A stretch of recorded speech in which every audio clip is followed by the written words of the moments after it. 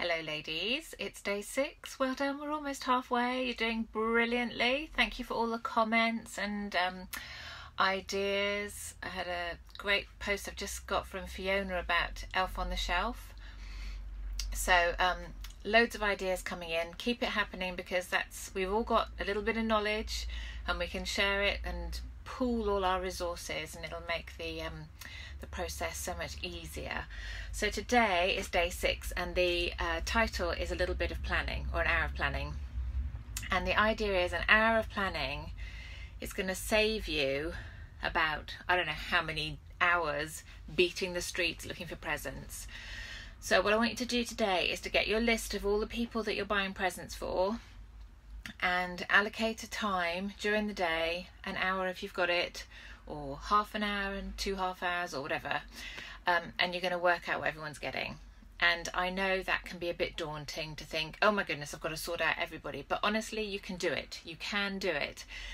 And I've just got some ideas for if your budget, if you're thinking I can't afford to get everyone everything, my budget's not that big. And so some ideas. Somebody, I think it was Katie, put in the group that all the parents or the adults agreed in the family, or everyone agreed in the family, it's a £15 maximum for presents. So you can do that. You can have a little chat with all the little conflab and decide a limit for adults. In our family, obviously I buy presents for my mum and dad and my sister, but for my aunts and cousins we do a secret Santa, so we all get together. We only buy one present for one other person and we do it as a secret Santa. So I will buy a present for my cousin will buy a present for her aunt, and so forth. So we only have to buy one present, which is great, and that has a £10 or £15 limit, so that's another way. Another thing you can do is only kids. You can say, okay, let's make Christmas all about the kids, so we only buy kids presents and we don't do adults. So that's just a few ideas of keeping the budget down. Now to sort out your presents, I've just got a few ideas. You probably, like me, you get loads of those catalogues. Bizarrely, because we've had our house on the market, I've thrown everything away, so I have no catalogues this year, but usually I get loads, presents for him, presents for her, white stuff, and I don't know, I just get loads of catalogues coming through with all these presents, lots of kiddies, puzzle ideas.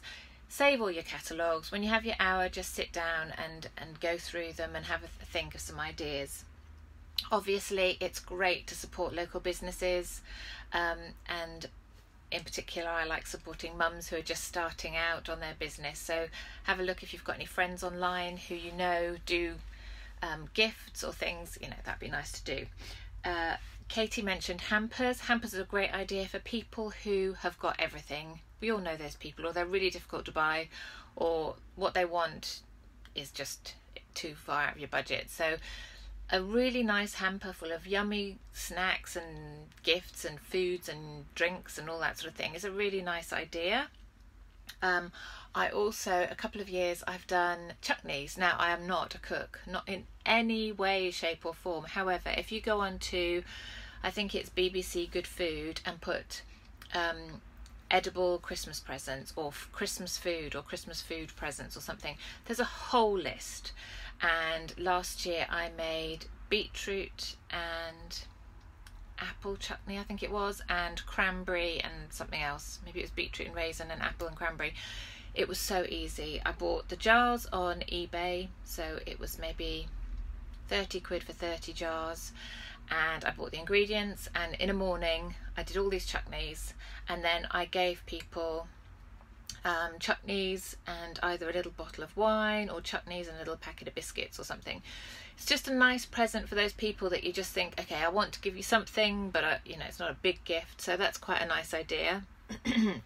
And they also did, another year I did these the jars, I can't remember what they're called, but they've got a lever to put the lid on, like a Grolsch bottle, but sort of thing.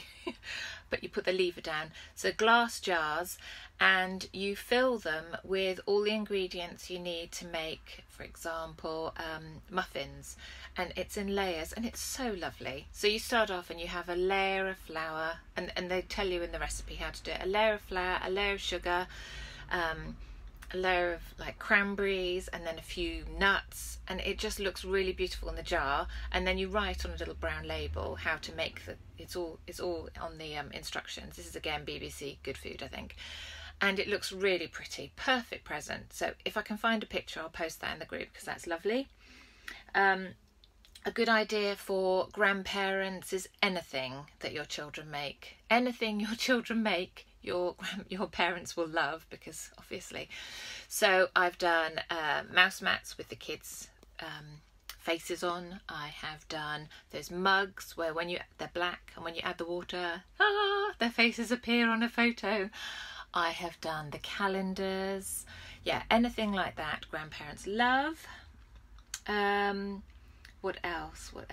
Photo books, yes, all their artwork. That's another idea for if you take pictures of their artwork, you know, their paintings over the year, and you can make a photo book out of that. That's a really nice idea. So today your task is to set by some time and just nail it. Honestly, it will save you so much time. There's nothing worse than just wandering around the shop saying, I need to get a present for Aunt Maud, I've got no idea what she wants, and just buying something for the sake of it. Just put the time in now, come up with some good ideas, and then go out and nail it all. And if you can get it online, even better, because then you won't have to leave your home. So I hope that's helped. If anyone has any people that they don't know what to get gifts for, oh, I know what I was going to tell you, experiences. Okay, so a friend of mine posted yesterday that they climbed over the O2, you know, the dome, and I looked online because I thought, oh, that's quite fun, and that was £30. So maybe you could get that kind of experience for someone. Or another thing I quite like to do is visit, there's is it Bombay Sapphire Distillery, you know, the gin distillery. You could have a tour of that. So experiences are brilliant for Christmas, because let's face it, we've all got lots of stuff. Maybe we don't need any more stuff in our life. Maybe we'd like to do something and create a memory instead. So if you've got any family members or friends that you can't think of a present for them, post it in the group, and we'll all come and brainstorm some ideas. Okay, we're going to nail this today. All right. Lovely seeing you ladies, and I'll see you again tomorrow. Okay, bye.